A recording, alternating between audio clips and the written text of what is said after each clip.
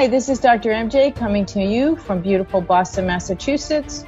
This is the Women in Dentistry podcast, where we feature women in dentistry making waves and leading the industry through the next decade. I am your host, Dr. Mary Jane Hanlon, a former dental assistant, dental hygienist, and now dentist.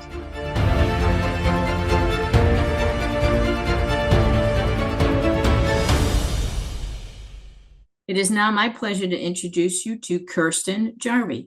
Kirsten is a healthcare professional with experience in the development of teams, leadership, research and development, and digital design thinking, technology, and education. Incorporating any new design or innovation requires creative, open-minded leadership. Leadership is listening and creating a shared vision. Research requires a deep analysis of bringing the best decisions forward in a beneficial way.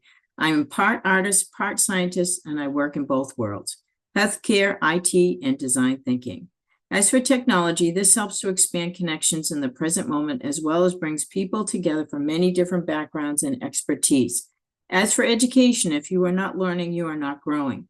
I believe those that expand their consciousness and ability to adapt are active learners. This is in keeping an open mind and the ability to adapt to technological advancements. Technology allows us to have so much access to information. Anyone with access to the internet now can take an idea, expand on it, using leadership and research to solve problems in innovative ways.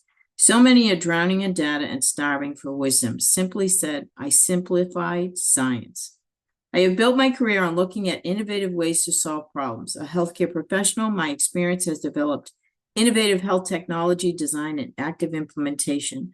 I truly believe we will have cures to pretty much any dis-ease in my lifetime due to exponential growth in technology. This has always been my passion, combining these four pillars of education, excellence in leadership, research and development, and implementing the next level of technological advances to make the world a better place. Now let's meet Ms. Kirsten Jarvi. Kirsten, I am so excited to have you on the show today. Obviously, for the audience, we have known each other for a very long time. I don't know, maybe 4 or 5 years. Is that, do you think it's about 4 or 5 years? I think we physically have known each other for 4 or 5 years, but I think we've probably known each other through our circle of friends for probably a decade or two. There you go. There you go. But we've never met in person. We've never met in person. You're exactly right. We are so involved in each other's lives and know what's going on in each other's lives, but we've never met in person. And, you know, kudos to the world of virtual meetings and virtual reality, because we can be friends, even though we don't physically live near each other. I'm on the East Coast, you're on the West Coast, but we have created this great relationship. And I just want the audience to know that it's special. And that the bottom line is, you live on the West Coast, I live on the East Coast, and we've never met. So I look forward to that someday. We've definitely had our 5 a.m. on my time on a bike meeting, and you in your office ready to go. So that's a great thing about meeting virtually and using technology. It's that networking and connection. Absolutely. Okay, so like I do with all my guests on my podcast, I'd love it if you could tell us your story on how you got into dentistry and what it is that you're doing today, and just give us all the little details. Okay, well, I think I really knew as a kid. I was one of those lucky people that kind of knew at a very young age, being an old soul, that I knew I was going in healthcare. I was just a science geek. So I was always out playing outside and fascinated with leaves and plants and stuff like that. And then about 11 years old, I was in a dental office, and I just really liked my dental hygienist. And I'm like, what is it that you do? And as she was taking care of me, I was looking up at the time, gloves. They weren't even using gloves back then to give you my age. So the hygienist didn't even wear gloves. And I saw the transition from really hands, seeing her fingernails. I always thought her fingernails were really cool. Her manicures. But I was just a curious kid in a dental office. And I was like, this looks like a really cool job. Tell me what you do, to my hygienist one day when she was taking care of me. And she was telling me all about the job and how much she enjoyed it, how flexible it was. And then as I got a little bit older into teenage years, I thought I was going to be a physical therapist, being a jock. So I knew I was a healer, like deep down inside, I was like nursing, physical therapy, or dental hygiene. And even at one time, I thought I was going to go into medical school and become an endocrinologist when I was a biology major in college. So that was kind of my path. And I did follow a nurse around for a summer when I was in high school and loved it. But then I thought, I don't know if I can deal with people dying. So I kind of wanted to deal with people that were alive or dealing with surgeries or things like that. And then in physical therapy, I was a soccer player. So I had a couple knee surgeries myself and was in physical therapy for months at a time. And I was like, I kind of like the idea of a hygienist. I get to be with the same person for an hour. A physical therapist sometimes has 4 or 5 people within that same period, and they're hopping from person to person. So to me, feeling that connection with a human being for an hour, it was the time that I loved. And then I really loved teeth and smiles and bacteria. And that's how I kind of got interested in it. And I thought, well, at 17, when I was going off to college, I was kind of young, always the young one in the classroom. I thought, maybe if I just be a biology major, I'll figure it out by my sophomore year. And by 21, I knew for sure I wanted to be a dental hygienist. So I applied to University of California, San Francisco, which was always a dream of mine. And I watched people at Sonoma State University not get in. Like, so I was thinking, oh, okay, I'm not going to get in the first time. I'll try a second time. I already had a trip planned to Europe. I got in on the first try. Yeah, I did. I really didn't think, because I watched everybody apply 2 or 3 times. And, at that time, there was only 16 that could get in. Class. Yeah, and the application pool was 250 or 300. Sure. So that applied. So I thought, oh, my chances of getting in, maybe I'll have to apply a second time. I'll come back and get a chemistry minor at Sonoma State, but I'll go to Europe and travel with my friend. And we even have a full 3 months planned to stay in hostels, backpack. I had to cancel that because we got in. Oh my gosh. That's a great story. Yeah, it's a great story. And so instead, and she got into optometry school. So she was my college roommate. We're still besties, always be besties.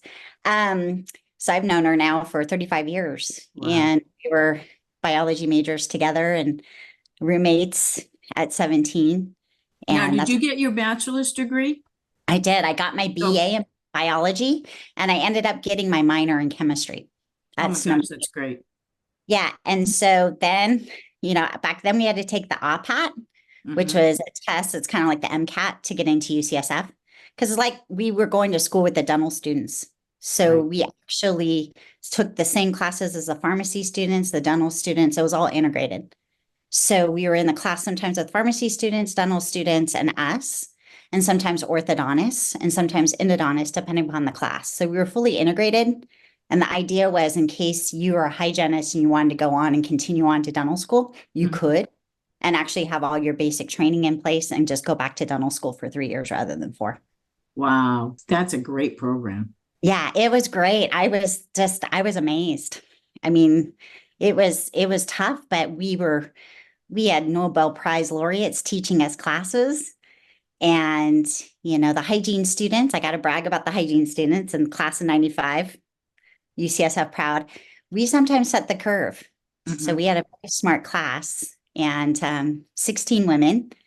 And we had rotations through oral medicine, orthodontia, laser dentistry at the time was up and coming. So we got to learn from one of the best, I still think, and I think he's retiring this year, Joel White. Yes, he's one of the founders of yeah. Yes. Yeah. And so his goal was to make sure every hygiene class was trained, and we got certified, class 3 certification. Wow, that's awesome. So we really started our careers with laser, and this was before computers, right? So we were 95, to give my age, class of 95. So that was just when Windows 95 was coming out. So even in the clinics, it was all DOS. I don't know if for some of you remember DOS, and some of you might have just had charts. So my first year out in clinical, I still had charts, and I see the transformation into Dentrix with Windows 95. So it was really kind of fun actually to see the whole like technological revolution in Silicon Valley happen before our eyes as a dental hygienist. Sure, sure. Yeah. So then I worked, got my first job. It's really fascinating. In dental hygiene school, like I said, we were all integrated with dentists and pharmacists and physical therapists. We all took classes together. And I had already got a job. I was ready to go. I was so tired after 6 years straight school. I'm like, oh, I'm ready to. Sure. Yeah. So at 23, I was living in San Francisco, got a job on Market Street, Cool. and had a great little flat in North Beach, San Francisco. Had a 30-minute walk to work every day. This was 95, 96. And I walked to work. I had a 4-day-a-week job. I got offered right out of school, which was great because I was interviewing that summer. And then my dear friend, Peggy Walsh, many of you might know, some people know her as Margaret Walsh, said, Kirsten, I need to speak with you. And she was really serious about it. So I thought I was in trouble. I was like, oh, what do I do? She's like, no, she was in grant mode. And I've never seen her in grant mode before, but she was really like stern and to the point. I need to see you. You need to come to my office 3:00. And I said, oh, okay. Is it something important? Is it something important? Because I was class president. I'm like, is something like going on? And she goes, no, you just need to be there 3:00 sharp. So I get into her office. I'm like, oh my gosh, what's going on? Because she was like so firm. Like she meant my gosh, I'm in so much trouble. Like, what did our classmates do? Or what did I do? Because we play practical jokes. I'm like, maybe we got caught with one of our jokes. But I went in there and she's like, shuts the door very seriously. She has a pencil behind her ear for those of you who know Peggy. And she's like, where's my pencil? Where's my pencil? And I'm like, it's so she's pulling it out. She's like, okay, I just want to let you know that I want to offer you a job, but it's only for you. You can't give it to any of your classmates. It's a really important job, and I need you to start next week. And I said, okay, well, can you tell me what the job is? Because I had already accepted a job 4 days a week, full-time clinical. She's like, well, I have this really big grant from the National Institutes of Health, and we'll be working with Major League Baseball players, as well as college baseball athletes and high school baseball athletes, and helping them quit spit tobacco. And it's a peer-to-peer training. You're going to be perfect at it. I want you to work with the leaders of the baseball teams, the captains of the baseball teams, and the athletic directors, recruit them, because it's a randomized control. It was a big major study. I mean, it was like 58 counties in California. I'm 23 and I'm like, never done research in my life. But I was like, I took it seriously. I said, okay, this is a great opportunity. I love the Giants. I love baseball. I'm a jock. Okay, but here's the thing, Peggy, I already accepted a job 4 days a week. So let me talk to the dentist. And she said, okay. I go, I don't know if I can start next week, because I was supposed to start next week with him, but give me an extra week. Oh, yeah, we could do that. Okay, is there any paperwork? Because I really wanted to work with her. I adored her. She taught all of our leadership classes and was an amazing grant writer. First, she was my teacher. Then she was kind of a colleague, collegial colleague, and then she became one of my best friends. So that's kind of, I catapulted and did NIH research at UCSF for about 3 years. And it was so much. Yeah. So I learned a lot about research, both qualitative and quantitative research, and then recruitment and how it worked. And you had to follow the study dynamics. And she was given, I think that one was a $1.2 million grant. Wow. And I got on the phone and would be calling athletic directors to schedule the appointments and tell them about the study and get them enrolled in the study.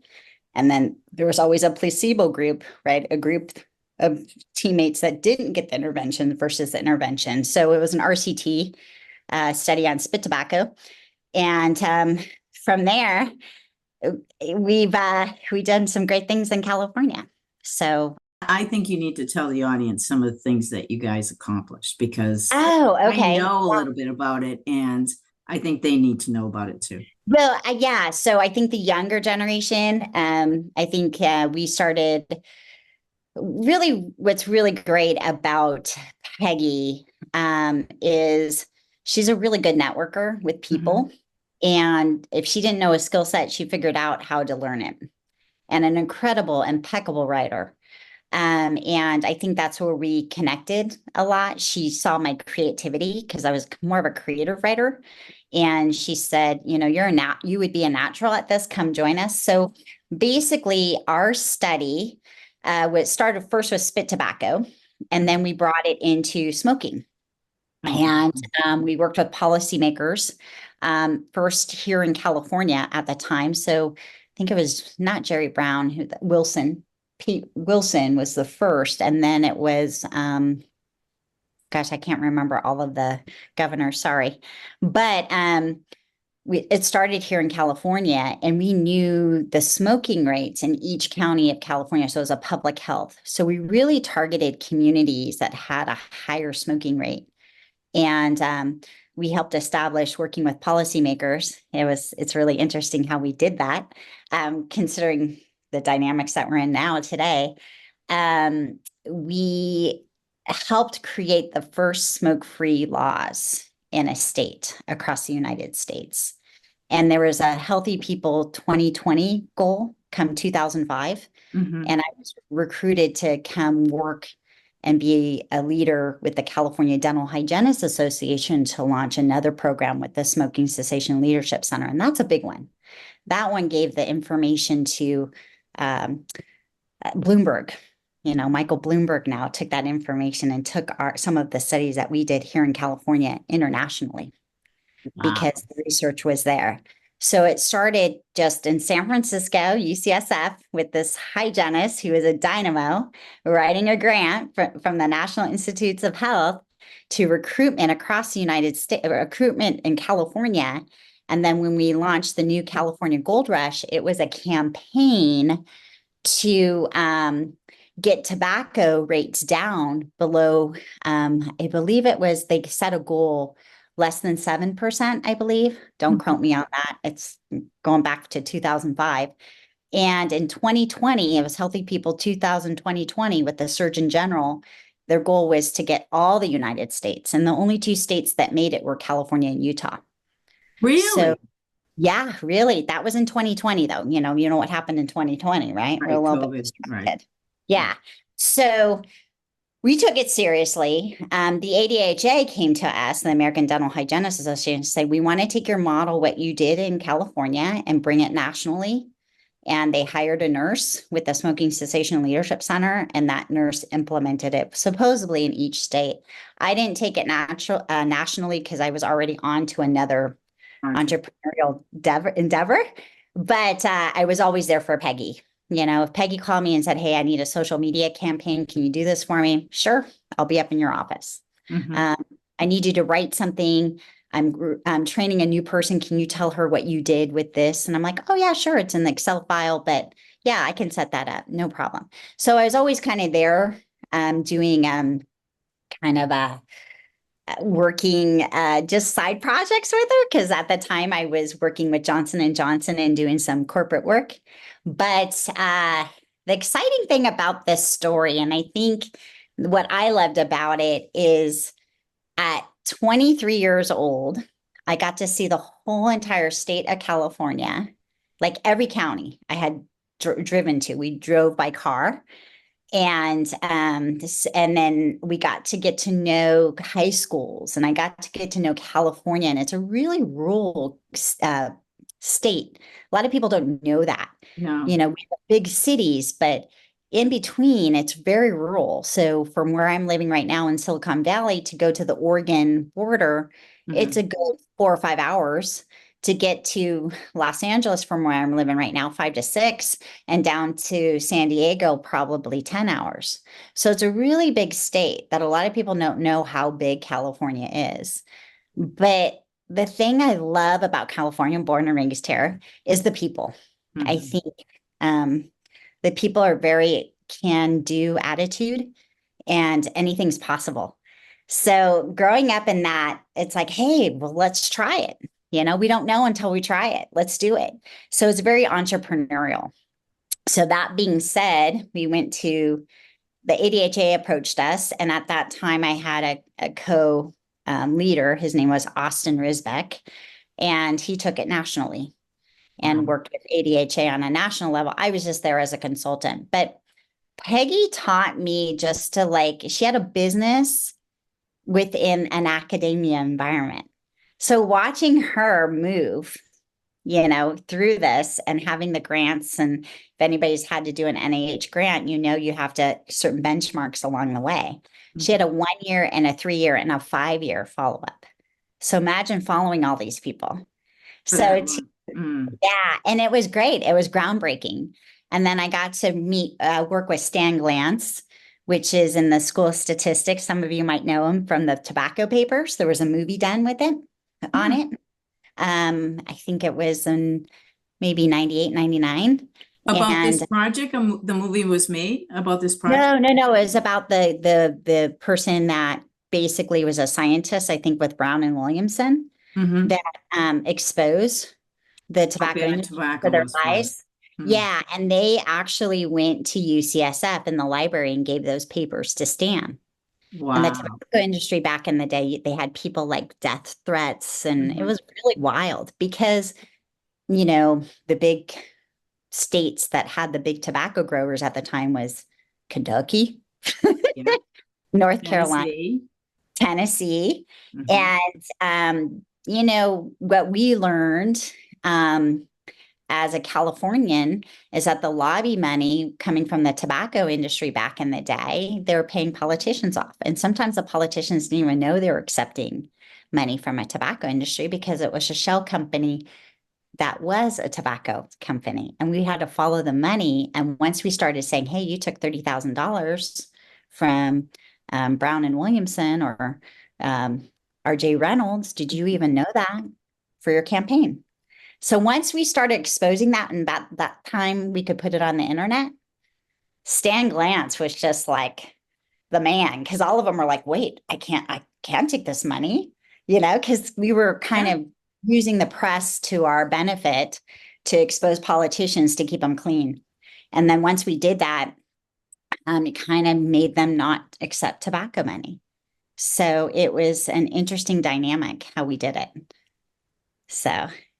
And I know that we're only hitting the tip of the iceberg with I know you are. I could probably talk about this for 2 hours, the stories I have. I know. So it's amazing to me what you accomplished by the time you were what, 28? Probably 25 with that study because I was with her for 2 years there. Wow. And then I went off and started working with Arestin or Pharma. For Johnson & Johnson? Yeah, for Johnson & Johnson. They were doing I don't know, remember those Palm Pilot things? Palm Pilots, yes, I do. Yes, Palm Pilots. They were giving you a Palm Pilot to do a study. And at the time I went back to clinical 4 days a week, was loving it. And I was helping, and at the time, it was still not with Johnson & Johnson. It was with Aura Pharma, which was in Pennsylvania. And it was a small startup company, very innovative product. I loved it. I loved the results I was getting. It complemented scaling and root planning. We didn't have a laser at that time yet. And I was using a lot of it. And the person that was delivering the product to our office wanted to know what I was doing because our acceptance rate was so high. And I said, well, I just read the research. Basically, and talked to interleukins and talked inflammation and talked about how minocycline worked on P. gingivalis and slowed down. And she's like, they didn't even teach us that at the company. And I said, well, that's what it's doing. It's slowing down inflammation or killing the bug. And it's a slow release of antibiotic, but it's only 1 milligram. So you're not going to get antibiotic resistance. So I was telling her all this stuff that she didn't even know, of course. Yeah. So she's like, come work with us. So then I started. I never thought I was going to go in corporate. And I go, oh, that sounds like fun. She goes, I want you to do lunch and learns.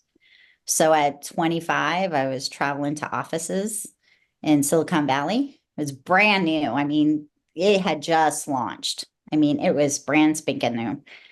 And did that.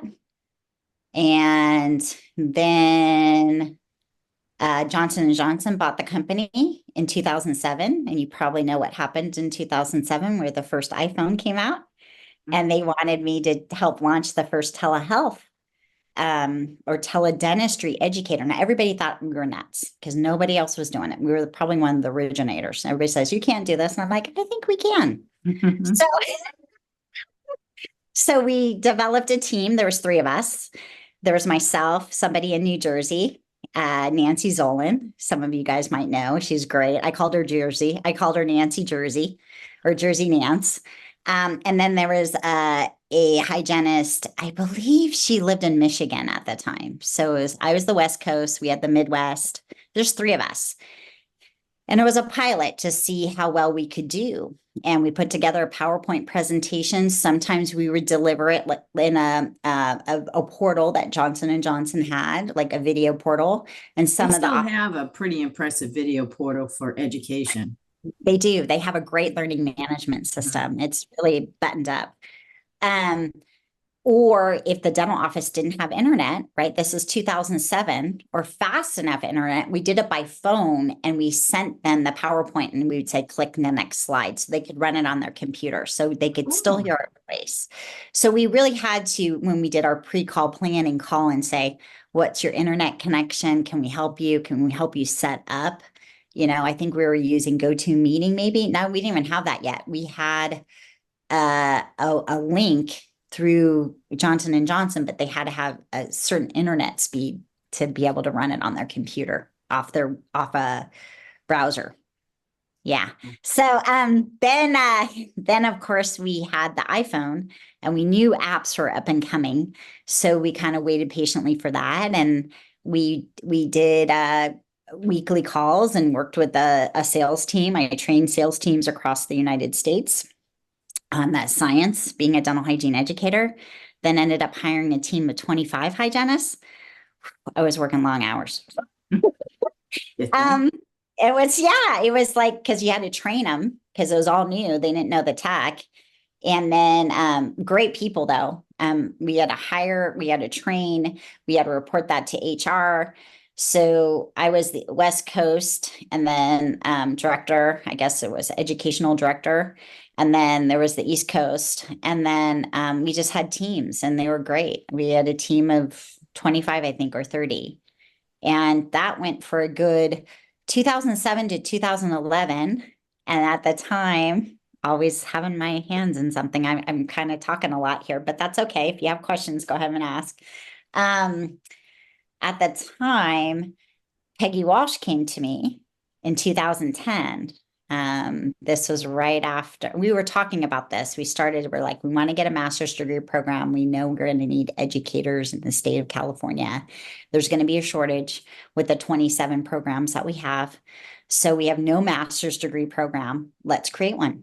And I'm like, okay, Peggy, I'm with you. I'll go. If you get this done, I'll help you fundraise and I will help. I'll apply. And she says, okay.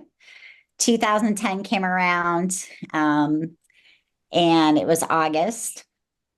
I remember it vividly, August 23rd.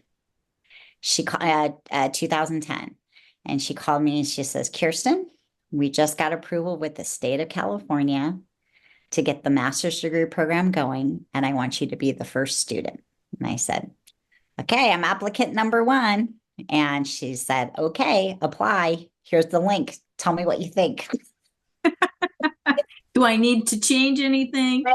No. So now I was like, okay, so that role changes, right? When you become, instead of friend now during that year, going through that program, I'm student again, right? And you have to keep it. I mean, and then we both agreed. It's like, I had a lot of friends. I said, guys, I'm going to be the student. So, you know, we're not going to have that close friendship like we normally do phone calls. July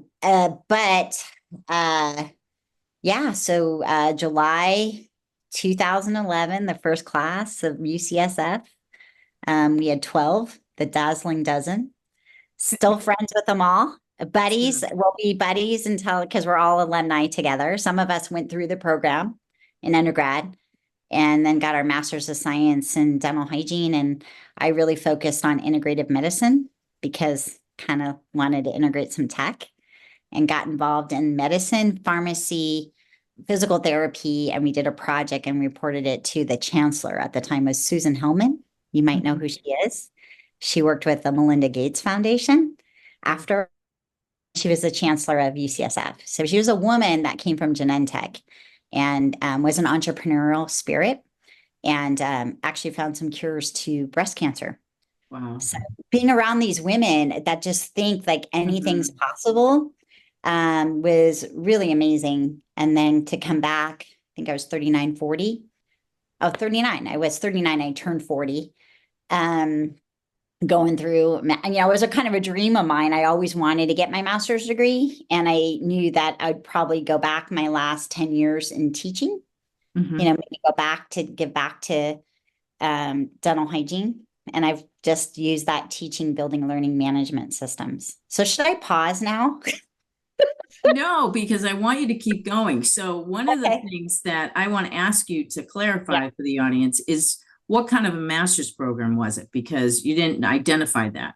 Yeah, so it was an academic scholarly master's degree program. So a master's in science and dental hygiene, but you could take a track. So my track was your area of interest. My area of interest was integrative medicine, which was basically building technology systems. Yeah, but everybody else, we all had to write a published paper. All wrote to publish. We all submitted to journals. So I would think out of the 12 of us, I think 10 of us got published in journals, and some were like the Journal of Dental Hygiene, some were the Journal of Medical, some were geriatrics. I mean, these weren't just dental hygiene journals. They were published in medical journals. Wow. So that's just how Peggy thought outside the box. And, it's challenging because when you're writing, if any of you have published before in a journal, you got 2,500 words. You have to write tight. You have a peer review process that it goes through. They send it back. Sometimes you have 2 or 3 edits. And by the time you're done with this paper, you're tired of that topic. You're like, all right, if I don't do this for you need a break. Right. Anyways, and I know that's why I have a deep compassion and empathy, and like shout out to you if you published a paper in a journal, a peer review journal, because it's a rigorous process, and I don't think people understand that. You have to write tight too, because you're only limited with words. And when I was doing this, I always looked to Peggy. I go, why aren't our laws like this? Why aren't our laws only 1,500 words or 1,200? We read out the BS, right? Yeah. So she laughed at it. She goes, I like how you think. I'm like, because some of these laws are like 5,000, 6,000, and they're repetitive. I've seen them. Isn't the budget like thousands and thousands, the federal budget, thousands and thousands of pages that nobody ever reads? Yes. They write all this information and then nobody reads it. Exactly. And they're redundant. So page 6 might be on page 60, the same word for word. Yeah. And I'm like, does anybody have an editing process in this? Is it peer reviewed? I mean, that's what I think. There should be a peer review before it becomes law, before it even goes to Congress or however that works. I'm not a lawyer, but I'm just like, But so really fascinating. Now you get to the end of the master's program, and then what do you do from there? Well, I promised Peggy I would always be involved. And at the time, I was already getting job offers for a couple biotech companies, both locally. And then there was one guy that called me that really intrigued me. He was out in Boston, and his name was Ken Corman. And he was the past president of the American Academy of Periodontology. And he had started this in 1999 out here at Stanford. He lived in California, and then was working at the University of Texas, I think, as an academic researcher, and had this company, always had this company. And he realized he had to move it to Boston because of the CLIA lab out there, and really to have that closeness if you wanted to take it internationally. So he moved the company. It was called Interleukin Genetics at the time. I now think it's called Core 3. It's been sold a couple times. It sometimes happens that way. I actually know that company. You do? And part of the lab was based in Lexington, where I lived.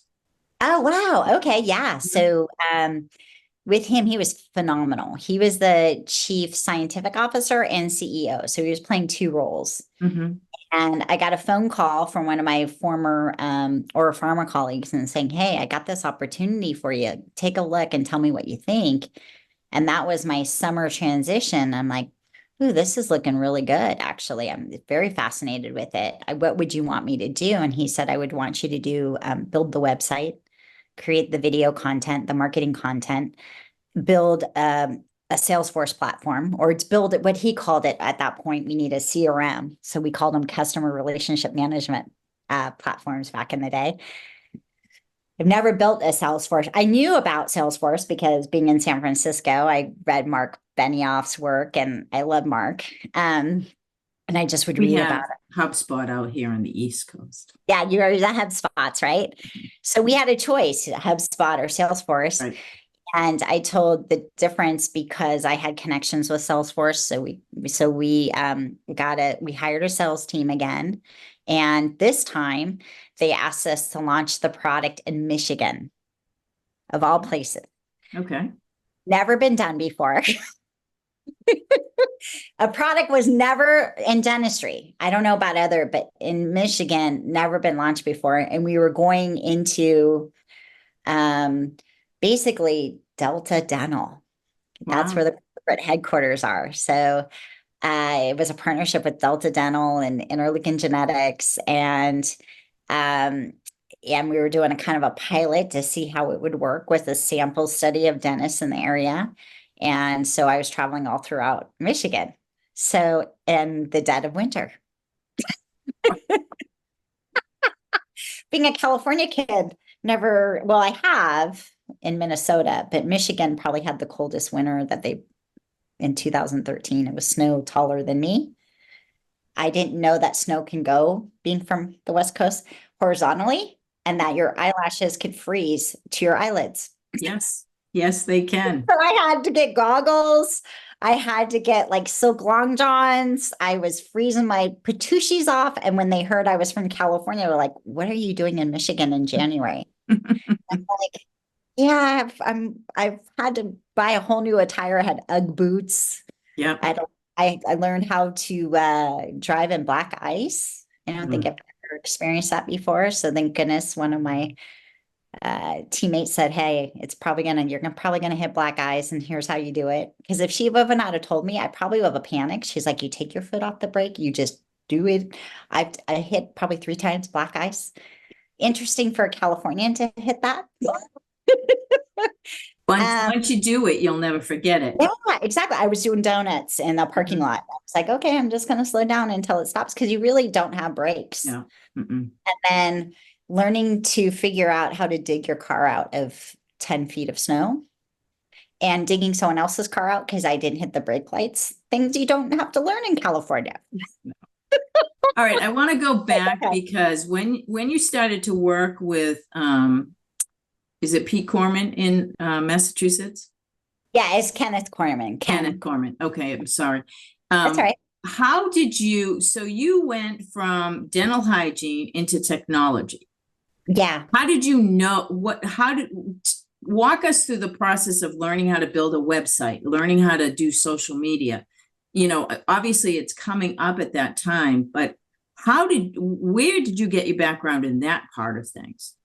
I just figured it out, honestly. It sounds like weird. There was no classes back in the day. Right. And then I would phone a friend that I knew in marketing and saying, hey, how do you do this? And they would say, hey, let me walk you through it. Let's schedule an hour. And they would walk me through it and I could do it. There wasn't any, back in 2013, there wasn't A/B testing like there is now. And now it's really like you have the funnel, you have A/B testing to see in the back channel. So we got a business account with Facebook and integrated that into Salesforce. Salesforce did a lot of it for us. People don't realize what a powerhouse that was. Did a lot of the analytics, did a lot of our target marketing for us as they looked at the zip codes and who was responding, like phone calls, emails, it tracked all that. So that was really easy to target them on social media if we were running an ad. That was easy. We mostly used Facebook because that was where the majority of dental hygienists were hanging out during that time. Sure, So it sure. was Facebook. Yeah. And Twitter. So it's Facebook and Twitter, depending upon where. But really because it was such a small subset of people, we could just go to their offices and then do the follow-up by social because we knew that they were on board and we knew who they were. And then then Salesforce had an open platform, whether they had PC, if they were on Facebook, everything integrated. You click a button, you put in their phone number and everything and their first and last name, and all of a sudden their Facebook, any social media account they had would pop up into Salesforce. So kind Wow. of their online research for us. That's what I loved about it. And then we used Peridot, I think it was back in the day, for email, and that integrated with our website. So the cool thing was no one does it by themselves. So we had a chief technology officer at the time, and we both picked the website. He knew I was building the Salesforce platform, which was kind of similar to the research that I was doing at UCSF at the time. It was all Excel spreadsheets, making sure your data is clean, garbage in, garbage out. So it was cleansing data. We knew how to automate that. I worked with a team out here in Silicon Valley, great team that helped me fast track that because they did Salesforce builds for companies. So we had a small budget so I could hire her, and I sat with her and we built it together over a couple weekends. So I think I got the Salesforce platform built in like 2 weeks. We were fast tracking. We were small, like there's only 15 of us in this company. When you're in a startup, you're doing three things. Mhm. You're doing three. I was like the director of education, but I was doing the sales training. I did the director of education, built the website, worked the CTO. We had to build in the CLIA lab into the Salesforce because we had to know who needed the saliva samples to go where and what office, right? And had to be HIPAA. So it had to just be, Compliant, right? have the patients, right? But they knew. Um, and then we had to train the customer service team.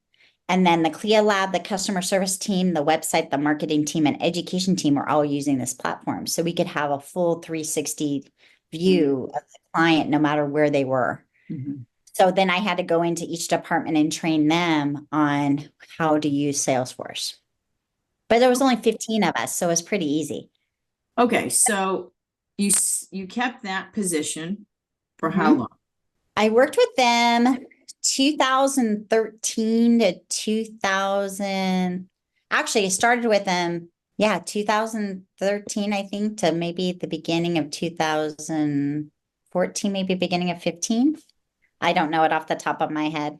But yeah, so about a year and a half, almost 2 years. And what was happening is we were running out of funding.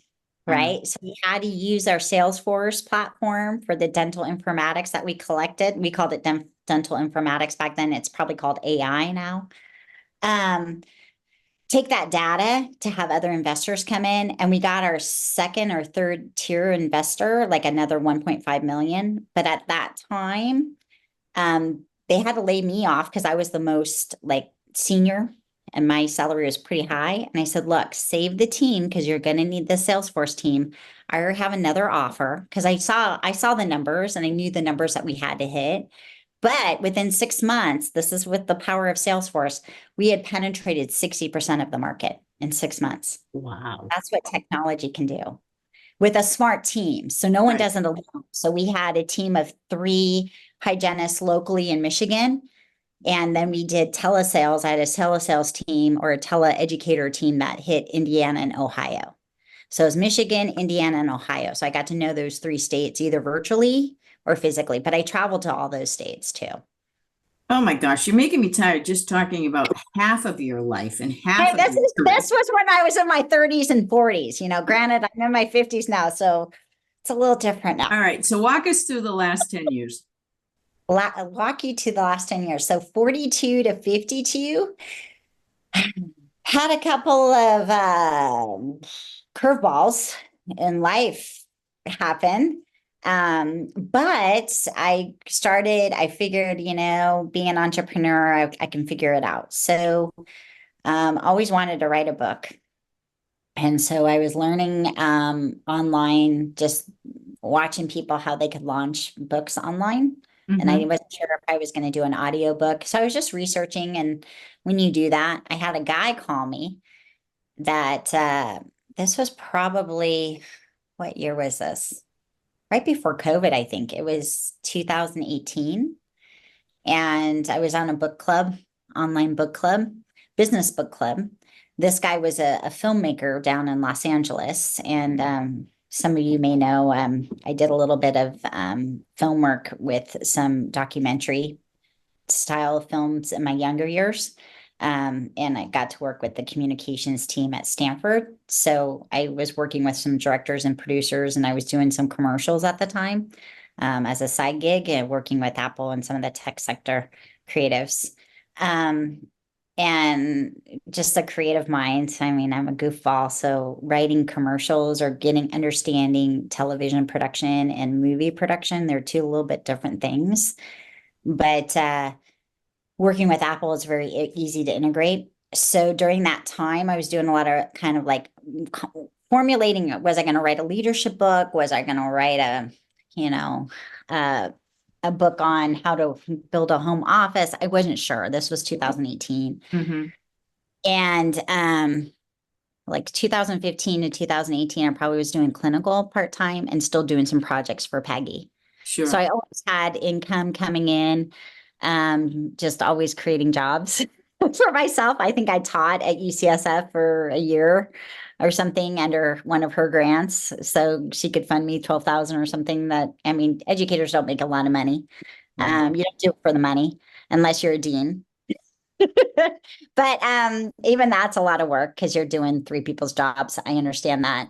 But let's see, 2015, 2018 was teaching at UCSF part-time, doing some social media work for Peggy and was on one of her grants. And then also doing clinical. And then 2018, I had a little health issue, kind of had to slow down a little bit, worked from a home office, wrote a book, worked with this guy named Sam Simbliss. They launched it in 2020. It was a bestseller, and on Amazon.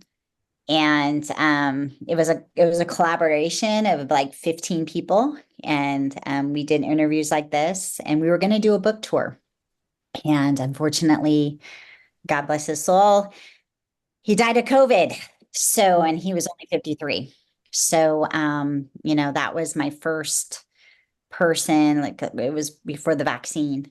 And we had this whole map of they were going to take the authors out on a book tour and everything. And too young. He was only 53, but Yeah, way too young. yeah, he had a heart condition he didn't even know about. And he got contracted COVID and died. So a lot of us were shocked because we weren't hearing back from him. Mhm. Word What got was the out. name of the book, Kirsten? Oh, there was a One Habit series. So if you're familiar with that, it's the One Habit for a successful home office. Ah, very good. Very So good. I think there's 20 or 30 authors in it, and each one of us had a chapter. And then he interviewed us like this, like online before he got really sick. Mhm. And he had a book tour once COVID was over for us to tour. We were going to go to Canada, but he was an entrepreneur, brilliant man, launched an online, and it was a bestseller in like 3 weeks. Wow. So, I was like, oh, that's pretty cool. I can now say not that Best-selling author. not that I'm like a big, like hold on to like awards and laurels and all that, but it was a great experience to see what it took to publish digitally and Mhm. also hard copy. And my friends that ordered it, I would autograph it for them and send it to them local. And they would take a picture with the book. So he had a great marketing. I loved his marketing plan. And he came from finance sector and made a lot of money Interesting. in Mhm. investing, and then went into film production and interviewing. Um, some great guys he interviewed, like Robin Williams and that, and we just connected. And then unfortunately he passed away, but his daughters now kind of continue the legacy. They live in Florida. They're both nurses. So I kind of feel like that percentage of still the books are still selling. So even today, because people who just want to start a home office, it gives some really great tidbits of Mhm. every sector. Wow. All right. Next, Next all chapter right. after that. Next Finish chapter after Kristen that. exhausted. Hmm? I know. We can gosh, we're talking entrepreneurialism. In 2019, I launched my own strategy firm, having the background that I did. So I was building learning management systems. And I think there was a nice woman in Washington, D.C. at the time. She was a hygienist and we met online and she said, you really need to speak with MJ Hanlon. She was the first person. And then the second person was in Chicago. And I think it was Patty DeGangi. She says, Ah, yeah, Patty. you really need to meet MJ Hanlon. And then the third person, who's a dear friend of mine, who said, yeah, I think you and MJ Hanlon. I'm like, when you get three people, and I'm like, okay, I'll give her a call. But where is she? Boston. Okay. Yeah, she's building a learning management system. Give her a call. I think you guys, you could probably do some work for her or something. And I said, okay. And then that's really how we met, Yeah. executive coaching. And I was working at home full time during that time and kind of resilient there. And we worked for maybe 6 months together, three, Six three to months six. or so. Yeah. Yeah, Yeah. it was short, but we've been friends ever since. And We then, have. and then I was working at the time with KBB and knowledge base business. The Okay. original Dean Dean Grant, Grazioso yeah, and Granzios Tony and Robbins. Tony Yeah. Robbins. Hmm. And I said, I want to build online curriculums. And I want to learn more about the marketing side of YouTube. I signed up for their class in 2019. Um, seriously working from my bed. I had a major surgery done. So I was literally taking classes in a hospital bed and at my house on a laptop. Yeah, Just we for can get into that in a few minutes. yeah, we don't have to go there. But that was like I can still use my computer and learn. Sure. And so I was learning new strategies. I signed up for their courses. I was one of the originals, I think probably the first 10% or something. And once you're with them, you're a lifetime. Hmm. And so it's now evolved. I don't know what they're calling it now, but I still have access to the platform if I need to. And they had an online course system and pushed it out. And then they did live events and they built a huge Zoom Sure like did. that I was just like, whoa, with Sage Productions. I was so fascinated by that and the interviews and the stories and everybody's story is so unique and how they started their own online business. And that was 2020, 2021, or not 2019, 2020, 2021. I was doing some writing, copywriting still. Um, Picking up some projects, doing some building learning management systems, mostly for educators if they needed a curriculum design. And then I launched my own course for a while that ran for a year in 2021 on how to build your own learning management system. And I did that for a year and met a lot of people that way. And now today, in 2022, started I met a really innovative man in Palo Alto who was doing some tech work, worked on a project with him in his office in Palo Alto. And 2023, I was continuing writing and was writing it was original book. It's a 2 series book, developing into possibly a film script, but wasn't sure. So we're still kind of waiting on that. And then 2024, here we are. So I'm trying to give you like there's more to that, but that's just conversational. I do know there's more to the story, and Yes, you do. it is amazing the things that you have accomplished. So, as a young person going into dentistry, Is there any advice that you would give someone who's just graduating that might spur them to go outside of the chair, let's just say? Mhm. Like, what should they look for? What was it that, do you think because Peggy just saw you as an amazing, bright hygienist that she saw your talent and brought you in? Or were there other opportunities? Like, how do they realize the opportunities that are out there? That, I guess that's really what I want to get down to. To me, I think it's about a mindset. I Mhm. think it's all about being curious because a lot of the things that I really hopped into, I had no experience in. I Mhm. just thought it was interesting and I was given the opportunity and I said yes. So I feel very blessed and lucky, but I've always been an old soul. So I've always had friends 10, 15 years older than me. Mhm. So it's always been that's who I am. I have my friends my age, but I think it's always be open-minded because you never know what's going to come to you. Be open-minded, be curious, have a very curious mindset. I'm an optimist, so I always see the glass half full, no matter what. And I'm always able to see three things. Like I could see it in 360. So I'm a strategist by heart, and I didn't even know that, but I can see things sometimes, or a futurist. I can see things. Oh, I'm like, yeah, this is where we're going.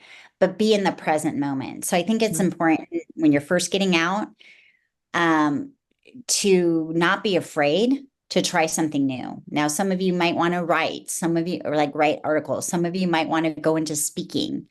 Like there are people that have done it before you. So you could go further faster by learning from them. Sure. That's what I would say. And just pick their brains. I don't know how many times I was on an RDH under one roof and someone's like, well, how'd you do this? And I'm like, well, I would just sit down, let's go have lunch. You Mhm. never know when there's that mentoring moment, and just to always be open to what comes to you. And if someone says, hey, you'd be really good at that, maybe it's in CDHA or in your local, you'd be really good at this. You want to try it. And sometimes it's volunteering to get that experience if you're in your 20s. Some people come into dental hygiene or dentistry as a second career. Mhm. So you already have something established as a foundation. I was just a young whippersnapper at 21, kind of knew what I wanted to do and was out when I was 23. You know, And then, one of the things that just came to mind that you didn't even elaborate on, which is pretty fantastic in my mind, is the development of the California Dental Hygiene Board. So talk a little oh, bit about that. oh yeah, always, Because I you're always, California is the only state that has its own dental hygiene board still to this day, correct? yeah, we're very, yes, to this day, but we're always open for any state that wants to go there. I think Colorado is pretty close. And I also Mhm. think Washington State on the West Coast is pretty close. Awesome. Um, But even in 1995, CDHA, I was always involved in leadership. So I did I won an award of student leader with CDHA, and that's kind of how I kind of jumped in. And I was always involved in a component level from a very young age. So I say get involved with your components and your state. How California did it was no one ever does it alone. Each one of us had a skill set. A lot of educators, a lot of them had sat on the board of California working with policy members. They literally, you have a 2-year term, and they had to sunset the CDA 7 times before we got our board. Now, for those of you that don't know about law, sunsetting is meaning that they're not serving the people of California. Mhm. Let's be real, lobby money talks at that level, and it's a pay to play system. And we had to prove to Californians that, look, this isn't happening like how the law was written, and they had to be sunsetted. So once they did that 7 times, I think strategically, there's 3 or 4 of us. I just, because of what we did with the policy work with tobacco, that kind of played a big role because it was a Sure. hygienist team that started that. But, Michelle Hurlbut, I'm going to name names, Joanne Galiano. I mean, Katie was, did a lot. I mean, each person, and it's long hours when you're working with policymakers and going to boards. So we finally got our board in 2019, the fall of 2019. And that was probably, you don't see, all you see is like the success, right? You don't see the years and years and years and years that went into building that foundation and those relationships. We had a great lobbyist, and we really were paying attention to the needs of the state of California, the people. So we created our board where it was mostly public members, 3 hygienists and 1 dentist. Wow. So the public really can have a voice on what type of dental care they want. And there's a model, just like a nurse. We modeled just like our master's degree program. We modeled our master's degree program after the nursing program. We already had it, right? So you kind of see if something is already working, how can we take that program that's already working and design it around dental hygiene? So we knew that there was a nursing practitioner, there was a master's, and there was a PhD level of nursing. The PhD level of nursing is for academic and publishing, but those same PhDs coming out of UC San Francisco are running hospitals. They're hospital administrators, right? Because they're a good doctorate, you know? In 2019, I'm probably talking, but I want to kind of tell the backstory. I mean, there's a lot. I mean, I would say if you really want to talk to the real innovators about that and who really got it done was Michelle Hurlbut. And now she's a dean at West Coast University. And then Joanne Galliano. Joanne Galliano probably dedicated 20 years of her life, mostly volunteer, but she was an educator. And got to know everybody, like she was on it, and then would inform CDHA. And we were just trustees. But we partnered well because at the time there was 58 counties. I had NIH, I had the federal government paying attention, what was the needs, and we got that into the Surgeon General with the ADHA. Wow. So then, as you well know, I mean, we were going on a different path. And we broke free from ADHA, I think, the following year. Like we're our own board, our own entity. And we realized we were kind of further, in order for us to kind of like, it's kind of like a spinoff of a big company. I look at it that way. I don't look at it as like harmful, but it's like you have a big company and then you need to go your path. So you spin off from that big company because you need to be a little company again, right? You need to be a little company again to serve the people of California. And since we were the only ones that had a board, it was a risk. It was a huge risk. I wasn't involved in the leadership at that time because I was involved in other things, but I was always there to tell the story for those that wanted to. And I think, who did the podcast on that? Someone did a podcast, I think in 2021. And I got all of us, getting us all together on a Zoom call, not an easy task. I'm sure it is not. We had to change it like 5 times, but she was persistent and got us all. And I mean, I would love to see that recording. I don't even know where that is. I just have the picture of the screenshot of all of us smiling. So it was Trisha Osuna, Chrissy Minaj-Burney, myself, Michelle Hurlbut, and Joanne Galliano telling the story. That's amazing. Yeah, well, so I really wanted to bring. Yeah, I really wanted to bring that up to the audience's attention because I think it was a major accomplishment. Obviously, you learned a lot of leadership skills along the way because of your interactions with policymakers and so on. Can you give some advice to younger people about how they should go about getting leadership skills? I think part of it is getting involved, learning from others, always understand the process, but also make it your own. Always be authentic. Because I was always like I said, the younger, and they would be asking me, well, what do you see? And I said, well, we need to get technology into this and make our lives a whole lot easier, more efficient and cost effective being a nonprofit organization. And let's see what a computer or a website can do. Sure. So I was involved one time with a website build, and that was a lot of fun. So if you have a certain interest, get involved. There's always someone that can teach you, or you can build it yourself. I mean, and there's always someone there to guide you. I found that there's so much access to online learning, even former, the LinkedIn learning. I forget what it used to be called, but You can go to a local library and sign into their copy of LinkedIn Learning and learn anything on social Yeah, media, or paid ads, any of that stuff. yeah, this generation is all about YouTube. There's Yeah, tons exactly. of teaching their process and their frameworks. To me, I'm fortunate because I'm in Silicon Valley. Mhm. So I got to learn from some of the best design thinkers. I call it design thinking. I don't know what the rest of the country calls it, but design thinking is like an unorthodox guide to making things work, worth making, right? It's like if you're going to make something, if you're going to make a product, if you're going to make a book or online, always think about the person who's going to read that, Mhm. right? You're writing for yourself, but you're also saying, if I'm going to design a product, how can I make it easy to use? If it's chairside, someone that can implement in 3 minutes or 5 minutes or less, I can communicate it to my client, my patient, and I have a good understanding of training online that I know that once you put this in my hand, I'm able to use it and be able to go. Because if you make it too complex, like complexity is the mother of the simpler you can make it. And that's fine tuning things. That's like a process. The first iteration, it could take 3 or 4 iterations before you find, okay, now this is a go to market product or a go. But some people just put stuff on there and out on the internet, hope it sticks, right? Mhm. You really know quality when you see it. It's beautiful. It's well designed. The links work. It's a flow to it. It's almost like a dance.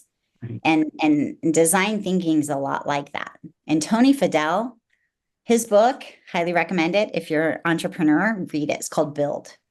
Build. Tells Okay. you the design and how they built the iPhone, the original iPhone, but then how the thinking process in building a company. One of the best books I read. And then the other one I think is the original is Marty Neumeier. And he has a book called The Designful Company. Mhm. And if you read those books and you want to go into marketing or designing something, even speaking, because there's an art and a flow to your speaking. And then if you want to learn curriculum design and you want to teach at a university in California, you have to have a baccalaureate degree. Mhm. So to me, if you're a young hygienist starting out, don't go for the associates. Just do the baccalaureate. You'll have a tier like this because some companies don't hire associates either anymore. It has to be a baseline baccalaureate. There are some companies that are going in the opposite direction, like Google and some of the other big ones, where they're not recommending or they're not requiring a bachelor's degree. Right, right. Because we're moving so fast. The And future's we're more into specialized knowledge, right. where there's so much that we need to know today that specializing in an area and having expertise makes it much more valuable for them. You're exactly right. But I think still, as a medical or dental professional, Mhm. you need to have a licensure. You don't want someone walking off the street. I No, think I people totally get agree. about that. So there's 2 tiers. If you're going to be an entrepreneur, be an entrepreneur. But if you're going to be a licensed medical, dental, nursing, there's things you have to know that require training and practice. So Yeah. to me, I think being a dental hygienist is very entrepreneurial. Not everybody sees it that way, but I do. I always thought, hey, I'm in this with this person. I got 5 minutes, 10 minutes. How can with what they need to know today, what is going to be my message, for them? So Sure. it's part messaging, public speaking, part understanding computer systems. You never know. I was a temp for a while too. What office you just got to be prepared. You Sure. got to be good on your feet. And that's a lot of entrepreneurism too, is just being sound and being authentic with who you are and giving your best self that day. You're going to have good days. You're going to have bad days, even in leadership roles. Well, and that's life, right? That's life. Yeah. That's the art of being resilient. Exactly. All right. So tell us one thing that people would be surprised to know about you. So this is going to be generational thing. I'm a Generation X. Something that people would be really surprised about me. I was in an MTV video when I was in college. Cool. True fact. Dancing. Dancing. Dancing. Mm-hmm. Good. Very cool. What song was it? It was from my brother. He needed me to come in. We were underneath the Hollywood sign, and he needed me to come and be one of his extras. And it turned out I was dancing and taking pictures. And part of the video was, Mega City 4. It's still on YouTube. Oh my gosh, that's awesome. I might have I'll have to to look send it that to up and you. find it. Mega City 4, and I'll send you the link. It's still up there. Mega City 4 was great. I love them. They're a great band, really wonderful people. And that was 94. Yeah, I Wow. was going to UCSF at the time, visiting All my right. brother in Hollywood. All right. When you reflect back, have Okay. you all, obviously to me, ever since the moment I met you, the two things that stood out for me is one, your positive energy always. I don't think I've ever seen you not be positive about everything. So that's number one. But number two, extremely self-reliant and self-confident. So when you reflect back, as you know, that's one of the reasons why I started the podcast. When you reflect back, what do you think led to that level of confidence that you have? Is there a particular incident? Was there somebody who guided you? How Question. how did you get to be that confident today? I learned my confidence on a soccer field Ah, in sports. Mm-hmm. sports, because we were always playing as a team. And I just knew if I could be the best teammate I could possibly be, that was me. And I'm really good in the moment. For people that know me, I can just be in the moment, listen to everybody. I'm not usually the one first to talk. I'm usually the one that will, And then as I hear, and then I'm happy to talk. But if you really truly know me, I'm best one-on-one conversational like this. Mm. Big groups, I mean, I can go in big groups and speak, but I like depth. So to me, it's the beautiful game of soccer where I learned my confidence. And I was playing it since I was 4 years old. So to me, I grew up on a soccer field and learned a lot of great business skills. And we were an NCAA championship team, Sonoma State, the 1990s. Like we hear about the 99ers, they were the kind of the old, you know, the generation right after us. So it was really inspiring to see that next generation. So soccer is like a community. So I think I learned my confidence in sports. Very NCAA. cool. Yeah. Thank you, Title IX. So Thank your generation created Title IX for us. Well, at least, I think it's kind of sad in some ways that we had to create Title IX in the first It place. is But, sad. I'm glad we're here and Yeah. that, I'm seeing, young women being on football teams and playing hockey as it should be. If you can keep up, why wouldn't you want to play? Yeah. Yeah. And they're professionals now. My dream would have been on a soccer field playing professionally. But that back then there wasn't any professional leagues. Right, right. We knew college was kind of maybe we could play for the Olympic team, the national women's team. And I Mhm. played for the Olympic development team, I think in 16, 17. Yeah. Like Wow, junior, senior in high school. Yeah. unbelievable. What's the best piece of advice you've ever been given that you'd like Best, to share? I think the best piece of advice I was ever given. I went to a retreat. I like to go on retreats and just a week away.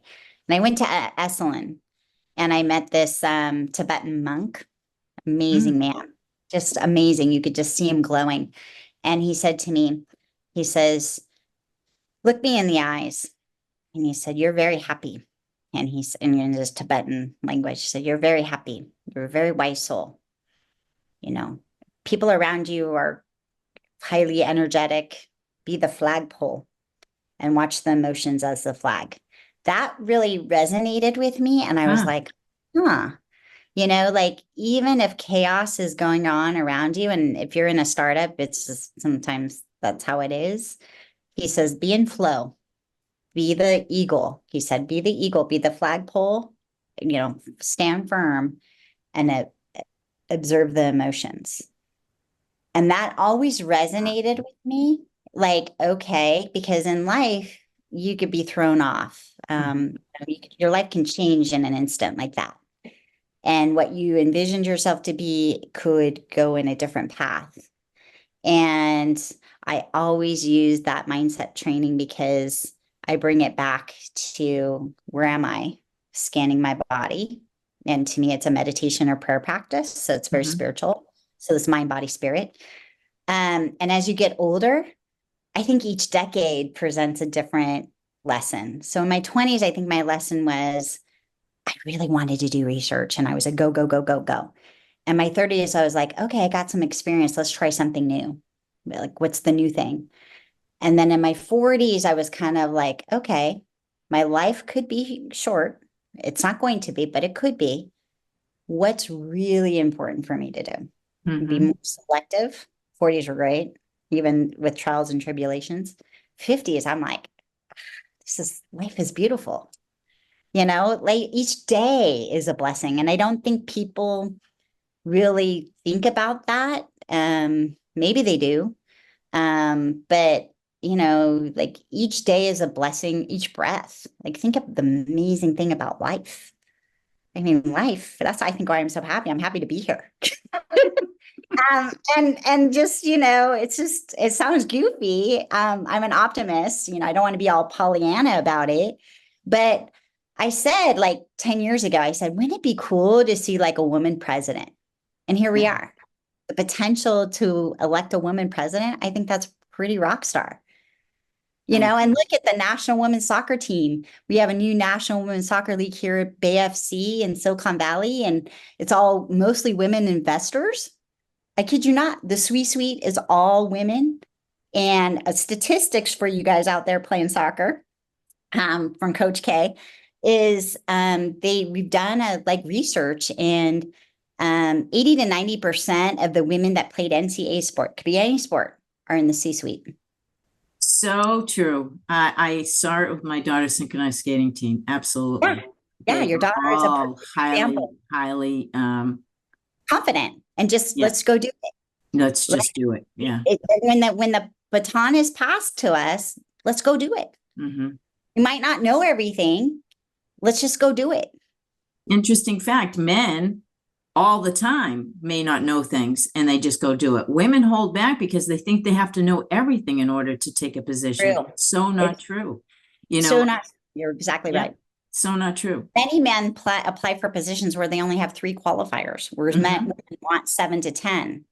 So that is something, and I've caught myself doing that. I'm like, well, I'll interview. I want to go find out what this is about. I'm glad I did. There Because you the only go. way you're going to know is if you interview. And if you Absolutely. interview. Absolutely. Who in dentistry, and not that you're involved in dentistry as much today as you once were when you were younger, but is there anyone in dentistry today who inspires you? I'll tell you the people on my path. So in my 20s, I was really most inspired by John Green. He Okay. was our dean of the dental school. He would do these Wednesday morning meetings with just the student leadership for an hour.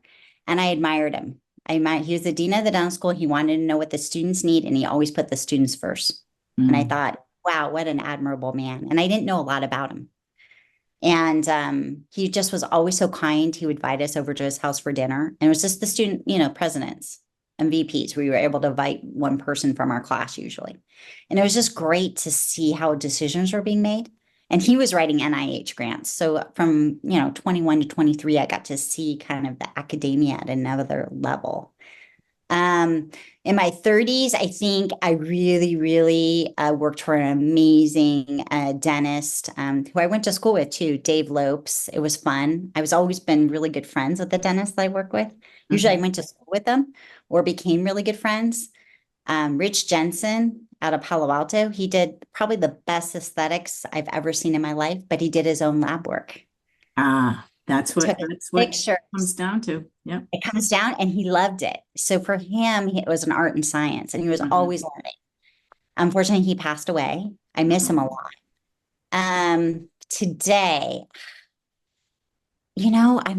I apologize. I'm in clinical. I'm working with Dr. Warner Eric Warner, who's a CDA trustee. And I got connected. I knew him outside the office. Working there, and I'm glad to be back in clinical because a lot of my friends are like, I want to see you again. So I've been in and out in clinical. Once you have it, you always have it. It's like riding a bike, right? You don't forget it. But there's new things that come online, always keeping your license active. I love Eric for his leadership. I love that the office could run itself if he's not in the office, and we all are like a team and we work together. There's no cattiness.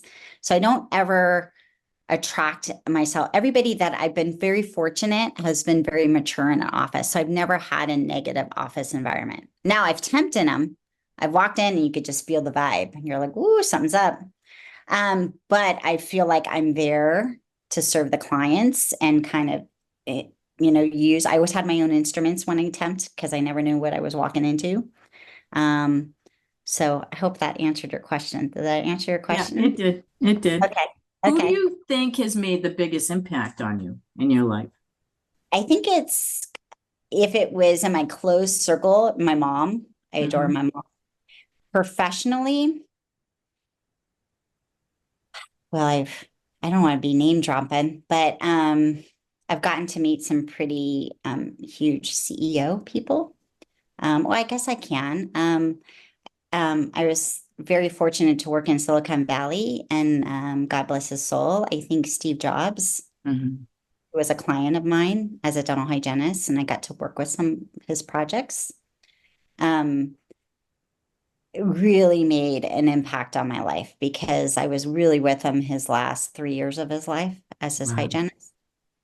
And it was always like when he came in, as an empath, I would have tingles in my body because he was always wanting to listen, but also wanting to spread some wisdom because we knew his time was limited. Yeah. And then in dental hygiene, definitely Peggy Walsh, Margaret Walsh, Denise Bowen. Those two were the dynamic duo. Denise Bowen was a director in, I think, Idaho.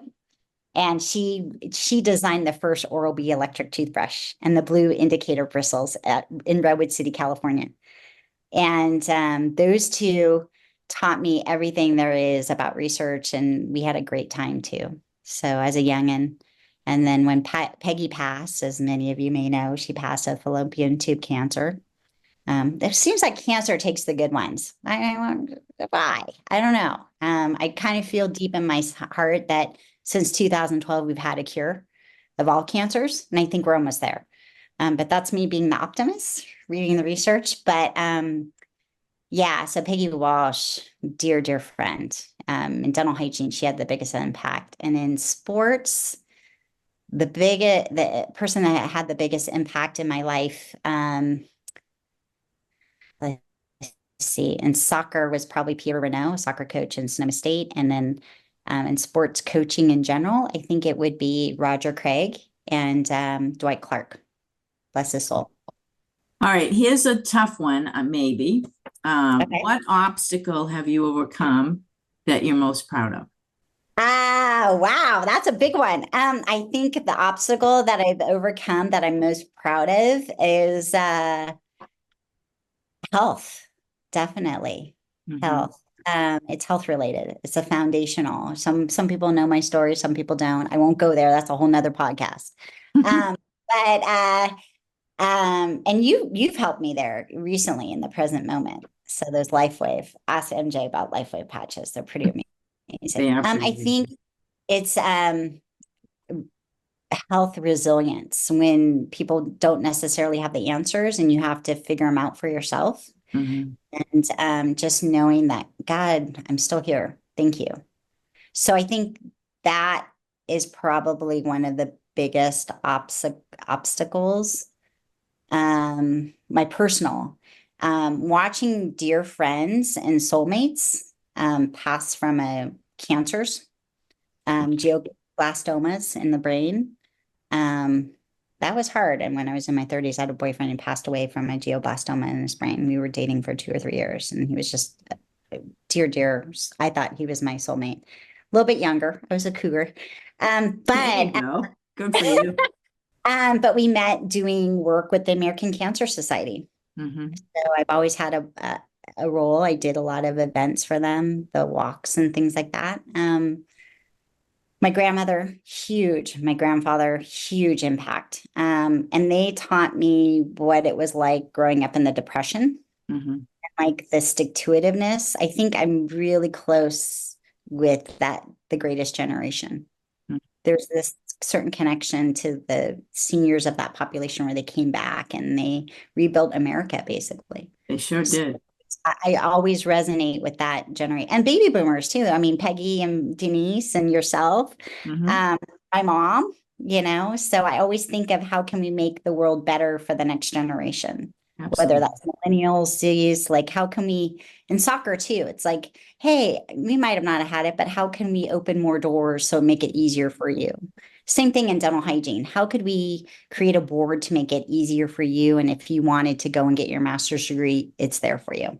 Yeah. If you wanted to go in education, if you wanted to go in entrepreneurs, it's been done before. All right. How about a guilty pleasure or a secret dream? That's something I don't know about you. I think you might know about this because I've been talking about it. I want to get my pilot's license. I want to fly That's plane. mm-hmm, I think that's my secret dream. I don't think everybody knows that yet, but it's a mm-hmm, process, just like anything to get your license. You have to get certified. right. Really would like to fly an Archer or Joby. Oh my gosh. We've been talking about that one for months, and I know, they and are they're the launching. coolest thing. Every They're time the I show coolest thing. somebody a video, they're like, "Oh my God, that exists!" I'm like, "Yes, it exists." Yeah, it does. It does in Florida and in California, it just got approval. So there's two of them. Mhm. And I just think they're the coolest things. And I've seen them fly in our local airport. So I was like, I would love to take one of these and just fly it to San Francisco or fly it up to Napa and visit friends or pick up Yeah, some just go to soccer Napa players. and have wine for the afternoon. Yeah, and I would love to be a pilot and chart people around if they want to, or a business meeting. Let's say I want to Mhm. go land on top of a building in San Francisco. I'm going to take you from Hollister. Normally it would be a 2 to 2.5 hour drive. Sure. Fly you up, get your business meeting. Hey, I'll be back in 15 minutes. I'm going to do another ride, and have their business meeting and be able to come home and still have half of the day. I just think that's a brilliant design. Sure Uh, is. that's my dream. Um, I think guilty pleasure, is this like food related or just anything? Whatever you want it to be. I love to surf. And Mm. if I can spend 2 days in the ocean and get my body back. So I'm surfing like I once did as a teenager, that would be, and that and chocolate. Well, A good I actually thought you were going chocolate. to talk about your roses, believe it or not. Oh But yeah, yeah, roses. I mean, that's just a hobby, but I love it. yeah, And you see my roses. I So have. They're I beautiful. never thought I'd be using my botany class in biology. So take me, you never know when you'd be pulling out the soil and it's kind of biochemistry, but they're just happy in the California sun. We're really lucky. Yeah. All right. What about mantra or a motto, a personal motto that you live by?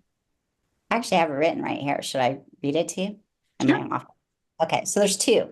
In the last probably 5 to 7 years, it was courage. Courage, courage, courage was my motto. So I'd read this every morning. No matter what, I know I'll always be okay. I have the courage and the inner conviction to my own power, my truth, and live in harmony and guided by my inner strength. My inner strength to me is the Holy Spirit. Mhm. I really feel the power of that and the presence of that. Now that's the Western strength, but I also feel the same thing as the Buddha within. Mhm. Like the Buddha within is truly being present in your own body and being present with someone else. And to truly do that is to feel them, sense them empathically. And I think as hygienists, we do that kinesthetically sometimes if we're very quiet. In this ever noisy world, it's so important to start your day in quiet or harmony, however you do that. To me, walking in this life, I find deep presence riding a bike Mhm. gets my heart going. I feel vibrant. I feel alive. So most mornings I do take breaks. I start my day on a bike, so my process. And then as in my 50s now, it's hydrotherapy hot, like a hot tub, jets, feeling that on my body. So being blessed enough to have a hot tub or to have a gym to go to be able to walk and get there. It's great. So that to me, it's courage. The second one would be, again, scanning my body, Reiki. I'm Reiki certified too. So you know that about me. First, those do energy work. It's really going deep and knowing that my divine eternal knowing is seamless and I wrote these just one day with the creative force of love and the intelligence of God or the universe, however you depict that in your life. To me, it's God or Holy Spirit working with angels. And I'm the essence of love personified. So to me, it's like, how can I give? There's three things I try to do in a day. How can I give love? How can I show kindness? This, and then how can I be really present with someone who needs them to have your presence? Because sometimes all that people need to know is that someone's listening to them. So true. So true. Both of them are amazing. Thank you for sharing with the audience. I really appreciate it. All right. Looking back from where you are today, what is the one piece of advice that you would give your younger self to help you to get to today? I think if I were to give my younger self in 20s, it would be enjoy the process. I really didn't discover that in probably till my mid 30s. I was go, go, go, go, go, so career oriented that I don't even think if like a partner came into my life, I would be ready for that man. So to me, it's about enjoying the process no matter what. But today, like in my 20s, I think 20s are hard transition. My heart goes out to the 20 somethings because this world can be very chaotic. Just know that there's people around you that are here to help you. Like I call them earth angels. And if you ask for help, they're there for you. I think I would have asked for more help in my 20s. There you go. That's a great one. That's a great one. Ask for more help and more guidance, right? More guidance. Yeah. Not be afraid. Because when you're in your 20s, like, oh my gosh, she's not going to talk to me. I mean, you have more self-doubt, I think, in your 20s than when you're in your 30s and you have some experience. Like 30 somethings now, I swear they're going to be running the world. Congratulations, 30 somethings. I adore you. Yeah, I agree. I agree. All right, last question. It's got two parts to it, but last question is, how do you define success? I think I can answer that in 3 tiers. Okay. In my personal life is love. Like in my personal life, it's all about love and laughter. Personal life and business, like kind of crosses over a little bit. Love and laughter to me is success. Success is also being grateful, like a deep connection to gratitude. Like you can walk through superficially gratitude, but until you deeply feel it, like, oh my gosh, this is beautiful. You see beauty and quality in a different way. So gratitude is really important to me. Is success, being grateful for what's given to you, no matter what it is, even the obstacles. I remember and this is a whole nother podcast because I keep going back to it, but and the timing will be right. I had a couple hospital stays, and when I was in there, it was like a 7-day or a 10-day stay. And I woke up in the morning and said, going to set a simple goal to walk and be grateful that I have these hospital socks that I can walk. And if I could do 2 rounds around, it was a good day. But if I was in so much pain, I could only do 1 round. That told me something. But I got up in the nighttime and walked again. Now, the humor always came out. I have great friends. Like, send me your favorite movie. And I enjoy Melissa McCarthy more than you ever will know because I think she's a brilliant woman and her comedy is great. So I seek out her movies, but I remember sitting and it was 2:00 in the morning and I said, I'm going to watch, what was it? The Bridesmaids. I was laughing so hard in the night. Oh my gosh, you woke up the other patients? I did. They're like, down. I said, okay, can you shut the door and watch some Bridesmaids? They're like, no, you're gonna have to watch it in the morning because it was like nighttime hours. So I was like, I was wide awake. What am I going to do? I'm wide awake because I slept all day. I'm wide awake. So as a nurse, they change around. So I'm like, I'm going to at least have some fun with this. So we did Name That Tune with the nurses, with 80s tunes. It was great. So I think success to me is in the moment, making the best of what you have and finding play. I think play keeps the creativity alive and it helps you live your best life. And always have 5 besties that you can confide in, your circle that you can confide in. That would be success for me. All right. And I know some people are like financial and all that. Not really. Not for me. Here's the second part to that question. Okay. Do you feel, operative word, successful? Oh yeah, totally. Like I'm alive. I feel every day is a blessing. And it sounds crazy and Pollyanna for some of you, but truly I'm like living right now and looking out at my roses is success. It's the simple things. Now, granted, I've been very blessed with money. I think it's divine compensation. And I've had money and I haven't had money. I think it comes in an ebb and flow for some of you.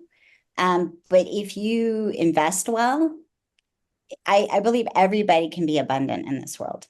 I agree. And that's investing your time well, who you want to spend time with. Like, because your circle is so important. The people that can either bring you down or move you forward. So if you're a mom, watch your kids as teenager, who their friends are. And if you don't like them, let them know. And I had that guidance. My mom's like, I don't like this girl. And this was in middle school. Sure enough, she got pregnant in high school. So my mom's like, nope, you're not going to go with her, after school. Mom just had that intuition. Moms usually do have that intuition. I'll say that because of, bringing up my own daughter. There were young people in her life that, but she was always so busy and probably like you with sports that she never did get into trouble. And so, I think it's good to have a distraction while you're in high school because it keeps you focused. Yeah. And I think athletics teaches so much. It teaches community, it teaches leadership, it teaches teamwork, it teaches how to deal with conflict. Because you're always going to have it, like with a group of, I think we had 15 girls. Sure. On our team, but we're still, if I called them up today, like our travel team, we would remember one another. Absolutely. And that was before computers. Yeah. Awesome. Kirsten, I can't thank you enough for being with us today. What an amazing podcast. I'm thinking that, the length of it, we might have to break it up into part 1 and part 2, but it has been amazing. So thank you so much for being with us and for all the insight you've given the audience. Really do appreciate it. Well, thank you. It's always a joy to spend some time with the marvelous MJ. I have to tell you a funny story as we close is everybody kept saying MJ, and I kept thinking Michael Jackson. So I'm like, it's MJ. And I would say, in my head, it was like Michael Jackson. So, I want to see some Michael Jackson MJ moves when I finally meet you. Well, you'll laugh. My family thinks I dance with only one move, and that's with my elbows. So I'm not a Michael Jackson dancer. That is for sure. But that's what I thought of, because ours growing up, it was MJ. We called him not Michael Jackson. We called him MJ. So I just wanted to give that little funny tidbit. Well, thank you. So thank you so much. It was a joy. Thank you for inviting me on your podcast. And I wish everybody well in their journey in dentistry and beyond. Absolutely. Thanks, Kirsten. Thank you so much for listening to the Women in Dentistry podcast with Dr. MJ Hanlon. If you like our show and want to know more about us, check out our website, thewomenindentistry.com, or please leave us a review on iTunes. Join us for our next episode as we bring you another amazing woman leading the way for the next generation.